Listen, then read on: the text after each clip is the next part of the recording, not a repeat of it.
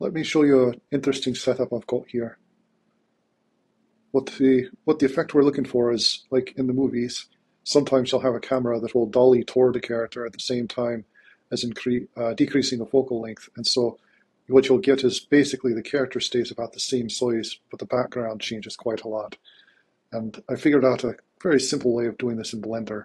And as you can see, it's not perfect. You've got to do some math to figure out the exact amount to dolly and the exact amount to zoom. But you can see the effect is quite strong and quite interesting even at this point. So what is the setup to make that happen? So the first thing is I've got the camera here that is about the same distance from the character as I've got the 3D cursor behind her over here. And the second thing is I've set the center point of the action to be the 3D cursor as opposed to bounding box, active element, any of these other things here. That way when I scale it, if you ignore this viewport over here and just pay attention to this one here, when I scale the camera, now it scales towards the 3D cursor. So less scale, less scale, less scale, eventually it'll hit the 3D cursor when you scale it down to 0. But the other thing is to make this effect happen is something I've had set up for forever, and that is that the focal length here is a driver, and the driver is just the scale of the camera itself is what I put into the value of the focal length. And I have a little bit of a formula here. It's the scale squared times 50. So what I'm doing is saying the default should be about 50 millimeters, if I can remember correctly. Yes, 50 millimeters. And then if the scale is 1, then I just multiply 50 times 1, and there you go. And as I scale the camera up, the focal length increases, and as I scale it down, the focal length decreases. So between those two tricks, you've got everything you need. You place the 3D cursor about the same distance behind her as the camera is in front of her. And let's make it a little bit more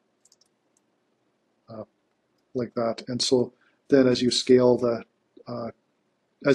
camera to the 3D cursor, then you get that interesting effect going on there.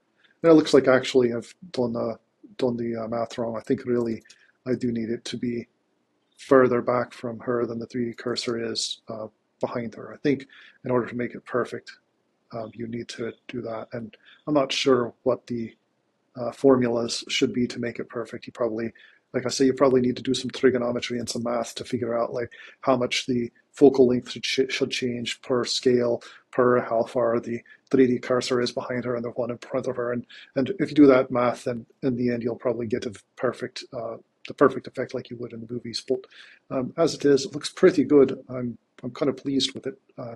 Hopefully you can do something fun with that. Thanks for watching.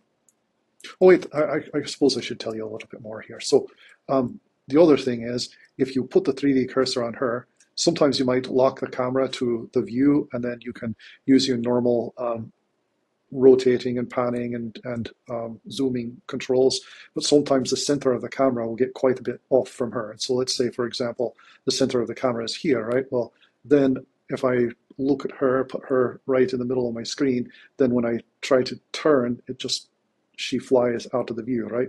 And it would be nice if she was always in the view. And sometimes that happens to the camera, and you have to turn the camera sideways and do some sliding and moving around, or you can use the center and view key combination, I suppose it is. But if you instead just place the 3D cursor on your character, and here you can see I've placed the 3D cursor on her right here, then you can just do rotate Z, for example, and it'll rotate around her, or rotate X and it'll rotate around her like that, and of course rotate Y will just do that, and it's not as useful as the others. But then also, it doesn't matter if the camera is, let's say the camera is turned sideways like that, then if I do rotate Z, it'll rotate around her like the ground plane. But if I wanted to rotate the way the camera is facing, I can just do rotate Y, Y. That would be the local Y-axis of the camera. And now the camera will rotate around her according to the Y-axis of the camera. And you can do the same thing with the X-axis, etc., by doing RXX. So that'll give you some ability to move the camera or rotate the camera around her as long as you place the 3D cursor on her. And then in Blender, I believe it is shift and then right click will place the cursor. So let's say if I place the cursor, I want to place it on this column way back here, I do shift right click. Now the cursor is back there, and so if I rotate, it's going to go around that instead of around her. But I want it on her. I suppose I want it on her forehead, then I can place it there. You can see it's gone there from here. Then everything will rotate around her forehead at this point.